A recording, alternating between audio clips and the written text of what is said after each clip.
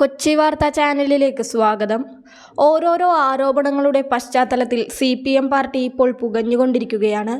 എന്നാൽ CPM പ്രതിരോധത്തിലാകുന്ന സാഹചര്യത്തിലെല്ലാം MV Govindan പാർട്ടിയെ ആ പ്രതിസന്ധിയിൽ നിന്നും മറികടക്കാൻ സഹായിച്ചിട്ടുമുണ്ട്.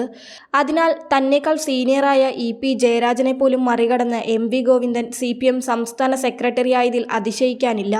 തൻ്റെ ഓരോ കരുനീക്കത്തിലൂടെ CPMൽ മുന്നേറിക്കൊണ്ടിരിക്കുകയാണ് ഗോവിന്ദൻ മാസ്റ്റർ.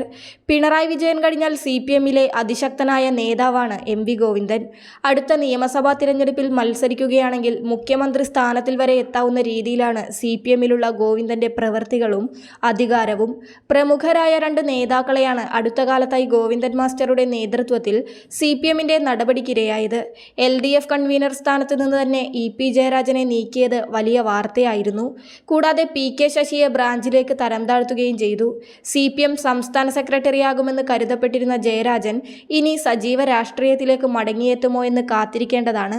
തന്നേക്കാൾ സീനിയറായ നേതാവിനെ വരെ ഒതുക്കിയ MP ഗോവിന്ദൻ മാസ്റ്ററുടെ ഓരോ കരുനീക്കവും വളരെ സസൂക്ഷ്മമാണ്.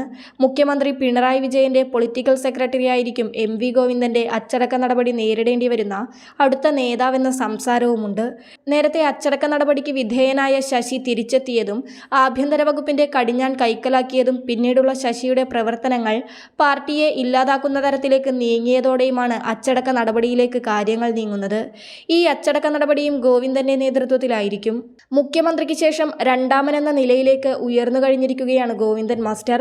CPMൽ ശുദ്ധികലശവുമായി MV ഗോവിന്ദൻ എത്തുമ്പോൾ ഇനി ആരുടെയൊക്കെ സ്ഥാനം ധരിക്കുമെന്നും കണ്ടറിയണം. CPM നേതൃത്വം ഇപ്പോൾ പ്രവർത്തിക്കുന്നത് തന്നെ MV ഗോവിന്ദന്റെ കൺട്രോളിലാണ്.